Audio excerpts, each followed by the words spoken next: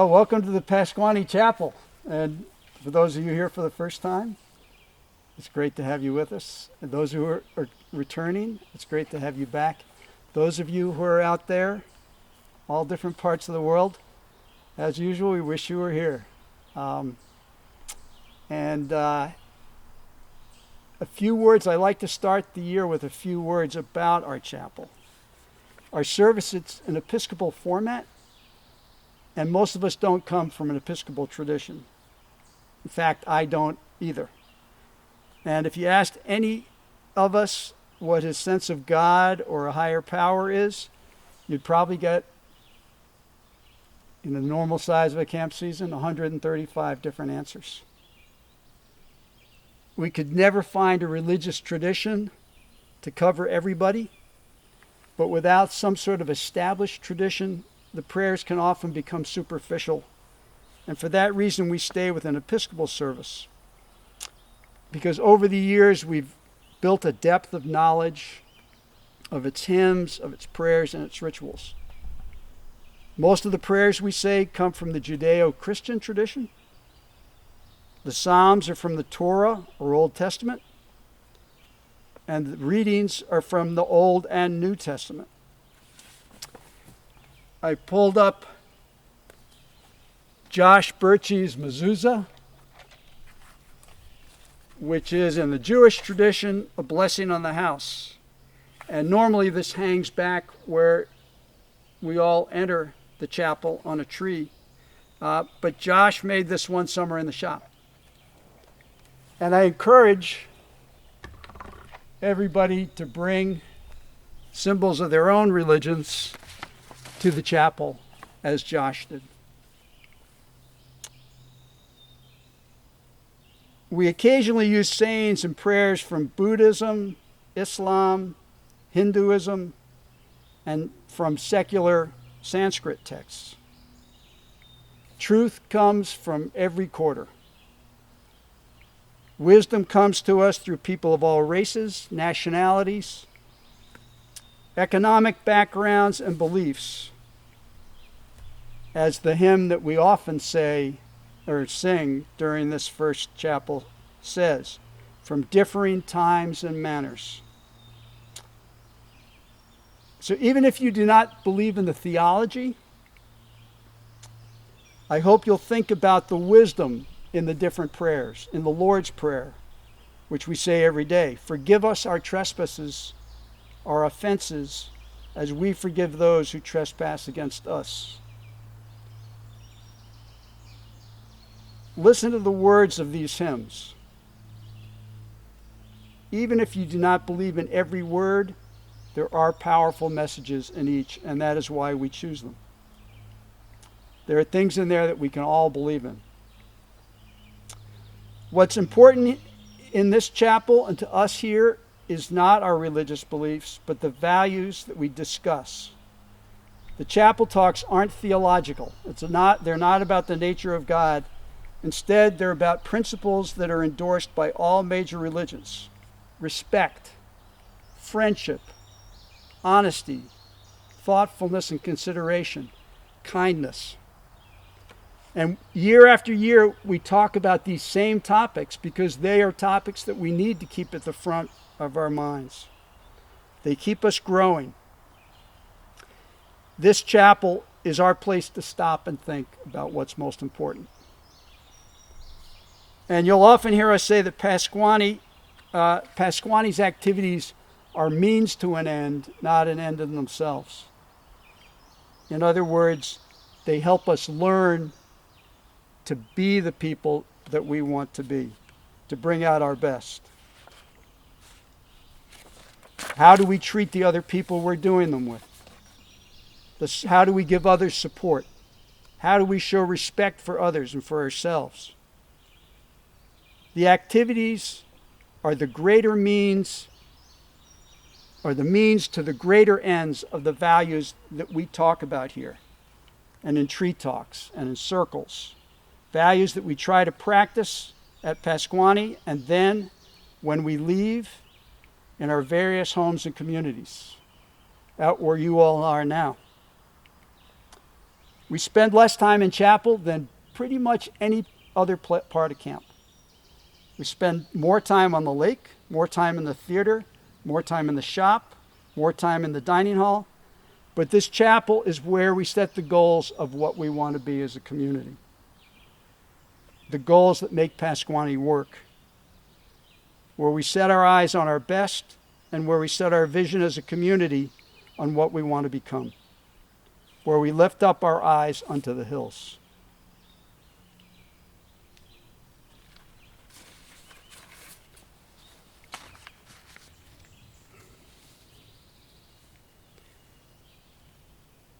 We're missing the good music of Bob Bankston, but we hope that we'll be able to fill that in with some other music of some sort.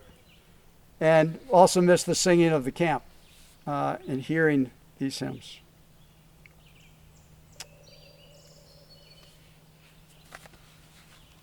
Now I'd like to read a passage from Matthew 5, verses 14 through 16.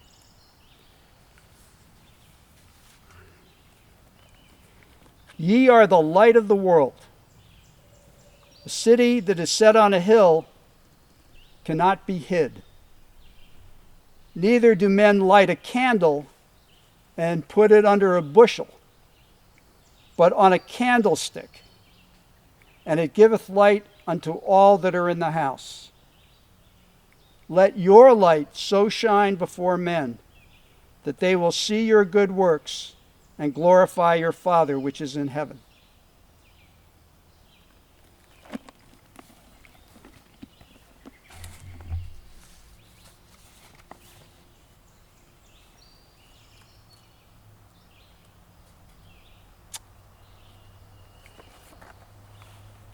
I'd like to start off this morning this evening talking about a story that some of you may have heard me talk about in chapel about 5 years ago. The summer before I started in the 7th grade at Pell Memorial High School, a graduate of the high school went with about 1,000 other people to prepare for what is now called the Freedom Summer. The guy's name is Michael or Mickey Schwerner. Mickey was probably about a decade ahead of me in high school. But he, as well as the other 1,000 people, felt that we weren't at our best in our country, that we were not living up to the ideals we had set for ourselves. And they went to do something about that. They were organized by somebody who I believe was a social studies teacher in New York City. And their goal was to go to Mississippi, where the black population was not allowed to vote. There were all sorts of barriers to voting for them. And Mickey and 2 other civil rights workers went ahead into Mississippi as an advanced team to set up a program in, I believe it was Philadelphia, Mississippi, while everybody else continued to train as a group. And word came back not long after that the 3 of them had gone missing. And there was a massive search that went on, and the other people that were preparing to go down to Mississippi to work saw this and had to decide if they were going to risk their own lives to do this work. Mickey, our high school service award is named after Mickey Schwerner.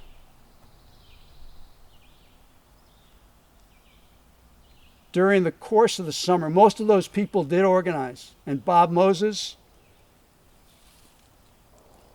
along with a number of other very determined, purposeful people, organized this program, and the vast majority of people went to Mississippi. Later during the summer, the bodies of those 3 guys were found in an earthen dam where they'd been buried after they'd been murdered. And you think of the courage that it took and the determination of those people who knew the risks that were before them to go ahead and work to bring out the best in our country.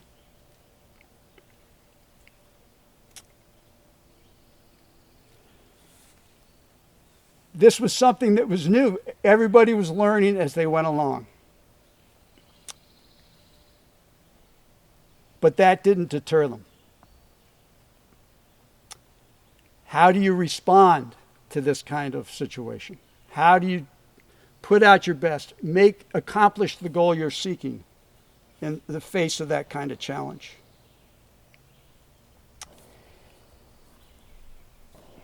This is a very big picture story.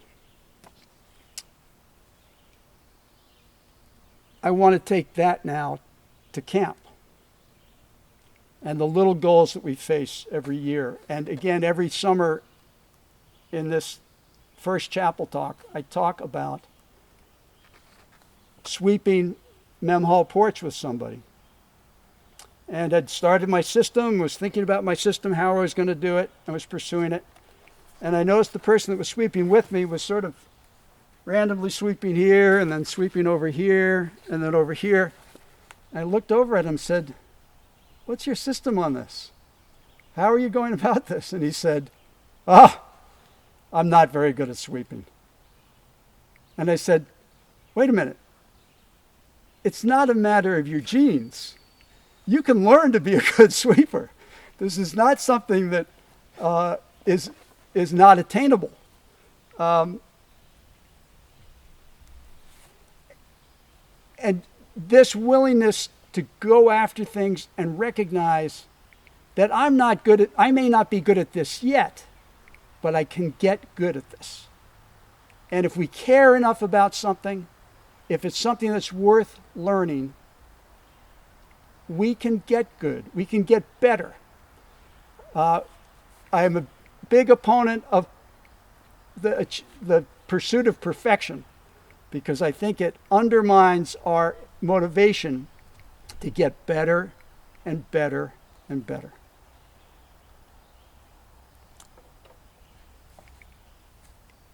One of my grad school professors, named Carol Dweck,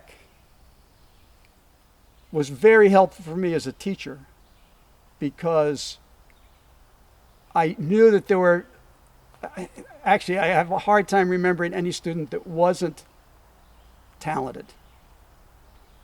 But there were things that were blocking some students, and I couldn't understand what they were. And I'd see people who were really good athletes who would sort of fizzle. Their promise wouldn't be achieved. They didn't keep getting better. And I couldn't figure out what it was. And she, as a grad school professor, she's now written a book called Mindset, in which she talks about this. She studied and realized that if somebody had what she called a growth mindset, if somebody had the idea that they could keep getting better at things, there are ways of getting better at things. If they had that mindset, they did keep getting better at things. And they saw challenges not as roadblocks, but as ways to grow. On the other hand, somebody who had a fixed mindset thought, okay, you have only this much intelligence, you have only this much athletic ability, there's nothing we could do to make them better. Those people tend to avoid challenges because it means that they If they don't do well at the challenge, it means they're not as smart or as able as they thought they were, or they didn't want people to realize that they weren't as able as other people might think they are. So as a result, those people back off of those challenges, and as a result, don't get to grow. So how does this tie in with that earlier story? Bob Moses and those 1,000 people who were going to work in Mississippi saw that we can be better, that we were not a fixed entity. They were showing confidence that our nation can grow and get better. That is one of the things that I hope we recognize this summer, whether you're here or elsewhere. I was talking earlier with Townley and Aiden about how much harder it is to be dealing with this whole new situation where many of our rituals don't work. They're not in place because we don't have all of you here. And so we have to think things through a lot more. But we can still keep getting better.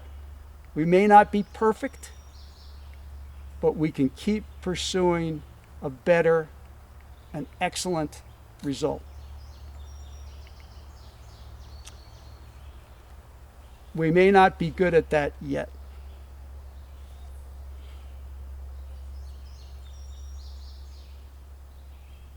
So those people working in Mississippi should be models for all of us.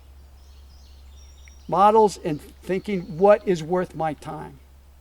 What is worth going after? And were you here this summer, I'd be saying, all right, what challenges do you want to take on this summer? Those little challenges that we learn to do here are going to help us with the big challenges elsewhere.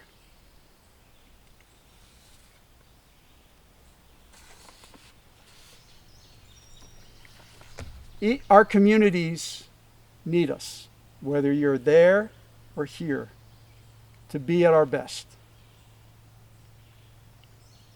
And if each of us is working toward his best, each of us is going to keep growing, and the people around us are going to keep growing, and our community is going to keep growing. So in the words of Mary Oliver, what is it you plan to do with your one wild and precious life? What do you plan to do with your one wild and precious life?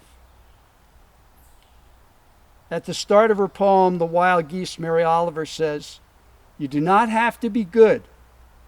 You only have to let the soft animal of your body love what it loves. Whoever you are, no matter how lonely, the world offers itself to your imagination, calls to you like the wild geese, harsh and exciting, over and over announcing your place in the family of things. What is it we plan to do with this wild and precious summer, here or elsewhere? Which will be over before you know it. I can't believe we're already at the 14th of July. We have a wealth of opportunities, no matter where we are, no matter how restricted things are. There are still lots of opportunities before us. And this is something we need to keep reminding ourselves. John Wood said a number of years ago, you may not understand it now, but you are among the most fortunate people in North America for being here. Because of all the opportunities for growth, the opportunities for learning.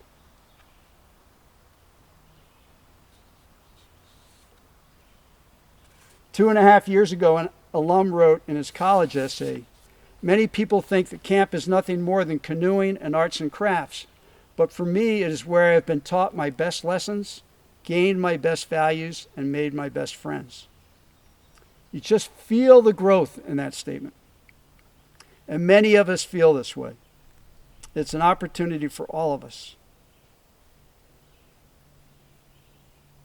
But this summer is an opportunity also. Beverly Daniel Tatum, a college classmate of mine, who later became president of Spelman College, spoke at Wesleyan's graduation in 2017, and she quoted Fred Buechner and paraphrased Thomas Jefferson when she said, "May you find for yourselves that place where your deep gladness meets the world's deep need." The world, in some way, needs every one of us. And the world is healthier, richer, stronger if our deep gladness meets the world's deep need. The things that we're passionate about meet what the world needs.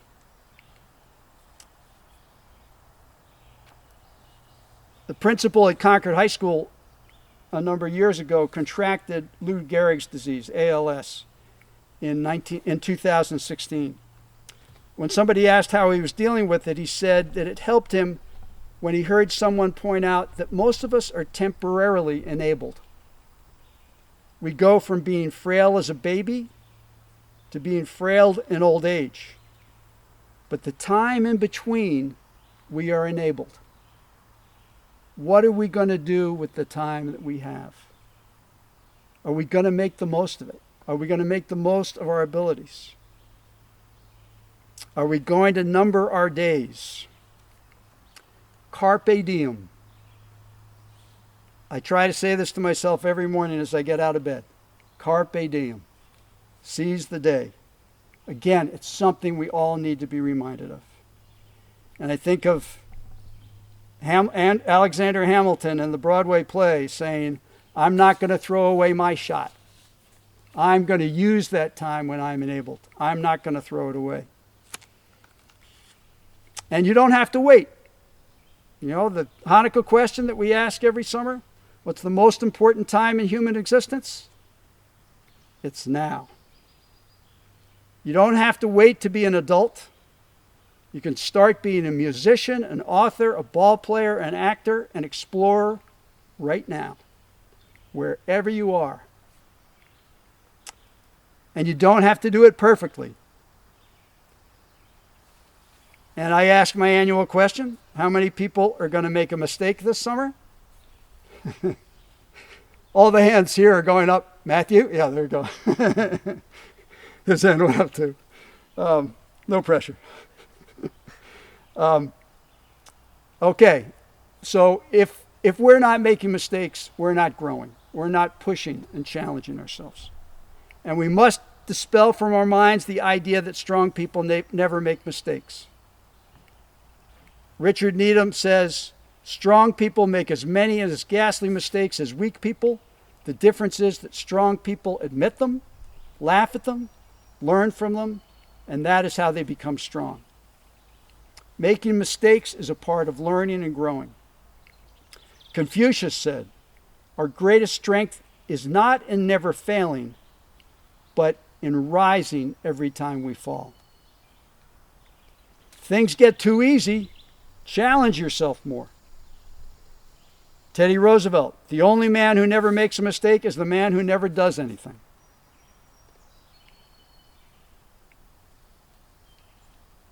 And I also like to talk about, to recall some of the things we say to ourselves, to talk ourselves out of trying something new. Think about, all right, so what are some of those things? What are some of the things we say to ourselves to talk ourselves out of trying something new? It's hard. It's hard. It's too hard.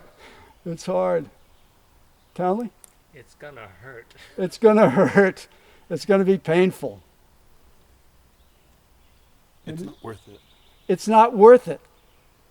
It's not worth it. So why don't people take on these challenges? Michael mentioned that you cut yourself off even before you start by saying, oh, I'm not good at that. I'm not good at tennis. I'm not good at sailing. And even before you get started with the activity or even trying it, you've cut yourself off from it. You've not really given it a shot. Charlie Sims said, what would other people say if they saw me fail? You get that social anxiety from peers.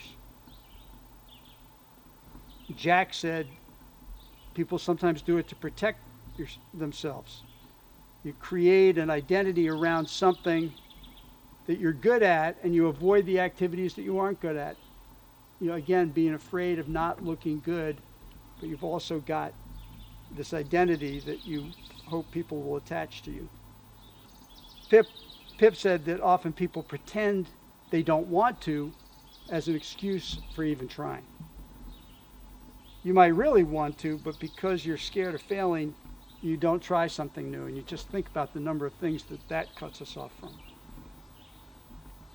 Scotty said that you convince yourself that you might not really benefit from it. Oh, what would I get out of it anyway? And Townley said, well, my friends aren't doing it, so I want to stay only with my friends, so I'm not going to do it either.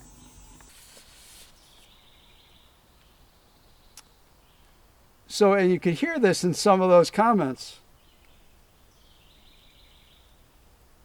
Sometimes our fear of making mistakes blocks us off. So the other element we talk about this Sunday, is courage. Having the courage to stand up to those fears, to stand up to those voices in ourselves that are discouraging us from trying. The courage to try new things, the courage to take a stand. I mean, God, just think of that inspiring courage of those Mississippi workers. Whew.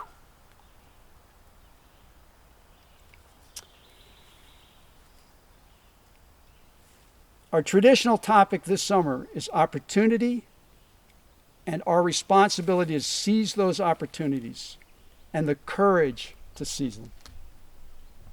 First step, stop and think. What will I do with my one wild and precious summer? What will I do with my one wild and precious life?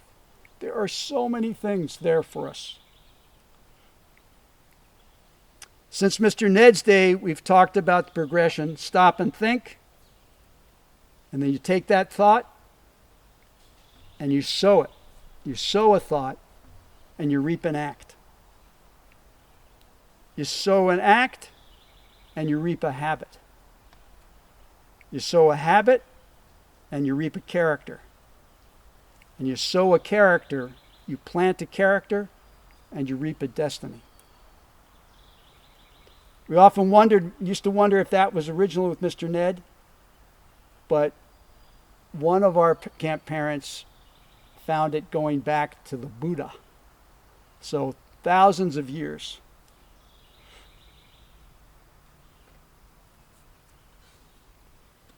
So sow those thoughts with care. Hans Selye said, to make a great dream come true, you must first have a great dream. So dream great things.